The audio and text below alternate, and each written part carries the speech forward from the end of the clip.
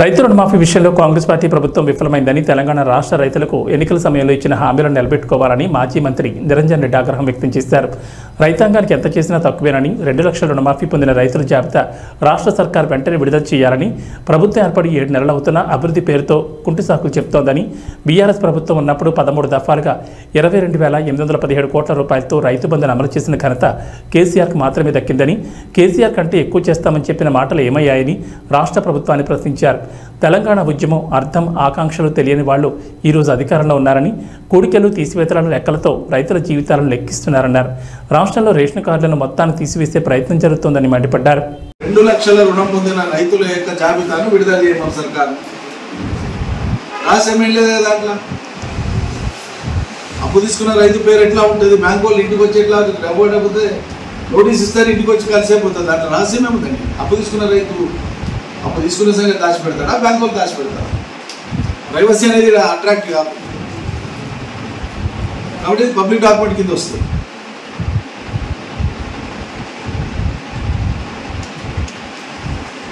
కాబట్టి ఈ రుణమాఫీని ఈ రాష్ట్రంలో ఎంతమంది రైతులు రుణమాఫీకి అర్హులు ఉన్నారో ముందు ప్రకటించాలి. అందులో 2 లక్షల రూపాయలు తీసుకున్నటువంటి రైతులు ఎంతమంది, వాళ్ళ వ్యవసాయ భూమి ఎంత, ఈ వివరాలను ఈ గణాంకాలను రాష్ట్ర ప్రభుత్వం ప్రకటించాలని డిమాండ్ చేస్తుంది. కుంటి సాగులు మాని భరోసా ఇవ్వకపోయినా కనీసం పాత రైతు బంధు అన్న జూన్ నెల అయిపోతుంది, జూన్ 30 అయ్యేపాయ. జూన్ 30 లోపల ఇదివరకే ఇవ్వాల్సినటువంటి మీ సర్కారు వచ్చినాక ఇవ్వాల్సిన 3వ విడత రైతు బంధు ఇవ్వలే. మీరు విఫలమైన ఈ సర్కారు విఫలమైంది ఘోరంగా.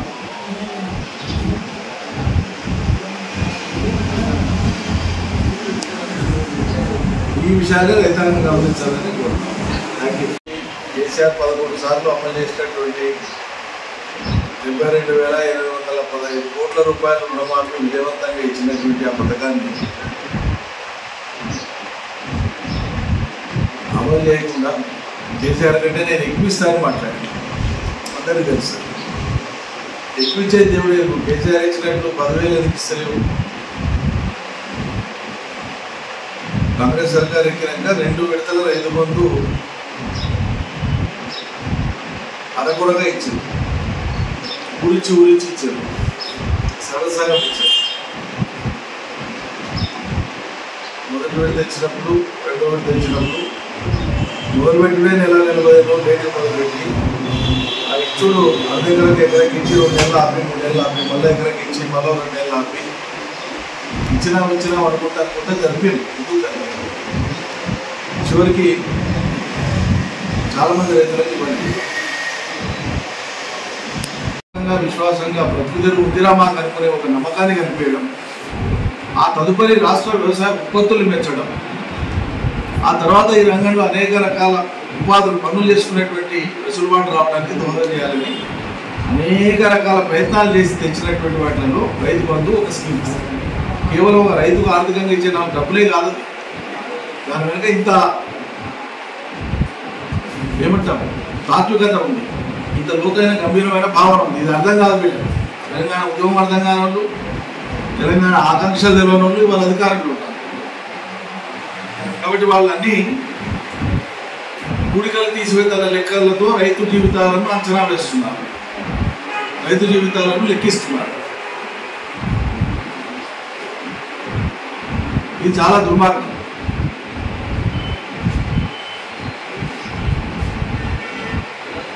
రైతాంగానికి మనం ఎంత చేసినా తక్కువనే, ఇంతకు ఇంకా 4 రెట్లు చేసినా తక్కువనే. ఎందుకంటే ఏ రైతు కూడా ఎంత భూమి ఉన్న రైతైనా, ఎంత పంట పండించిన రైతైనా తన కుటుంబ అవసరాలకు వినా మిగతాదంతా ఆయన మార్కెట్ లోకానికి అన్నబెట్టేటోడే కదా. వచ్చినట్లు ఏ పంట పండినా, పుట్టు పండినా ఆయన ఆడవాళ్ళు ఎంత తింటారండి, పిల్లలు ఎంత తింటారండి, లోకానికి అన్నబెట్టేటోడే కదా.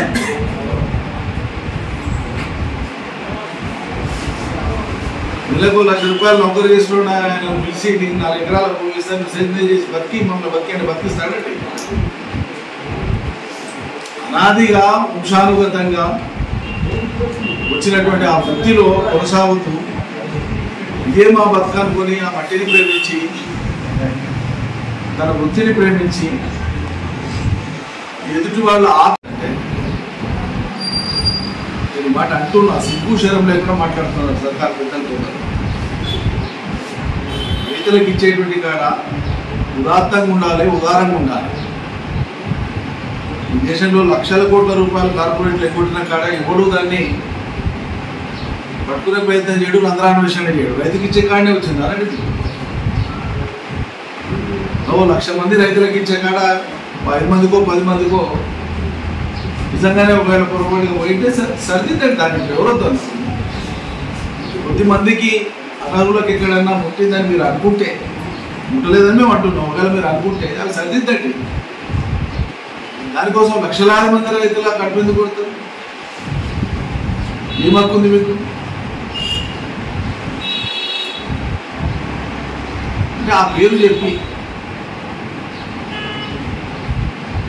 ఈ అమలు సరిగ్గా జరగలేదు గతంలో కాబట్టి మేము చక్కగా చేస్తాం అనేటువంటి పేరు చెప్పి దీన్ని వాయిదా వేయడం అనేటువంటిదే ప్రభుత్వం యొక్క ఉద్దేశం. దాంట్లో పెద్ద ప్రభుత్వం యొక్క ఉద్దేశం అర్థం కానీ చెట్ల పదార్థం లేదా పెద్ద మేధావులే గొప్ప కొత్త కనుక ఏం లేదు. ప్రజల్ని వంచడానికి చేసేటువంటి కాలయాపనం. చాలాసార్లు చెప్పిన ఇటీవల కాలంలో స్టేట్లో మీడియా పెట్టి కూడా చెప్పినాను, రెస్పెక్ట్ చెప్పిన. ఈరోజు వ్యవసాయ రికార్డ్ అంతా కూడా, రెవెన్యూ రికార్డ్ అంతా కూడా పగడబందీగా నిక్షిప్తమైంది. కార్యాలయాలు అటు రెవెన్యూ కార్యాలయాలు కానీ ఇటు వ్యవసాయ కార్యాలయాలు కానీ ఏ గ్రామంలో ఎన్ని పట్టదారు పాస్ పుస్తకాలు ఉన్నాయి, ఎంతమంది రైతులు ఉన్నారు, ఎవరి భూమి ఎంత అనేది రికార్డు ఉంది. ఒక కంప్యూటర్ బటన్తోనే మొత్తం తెలుస్తుంది.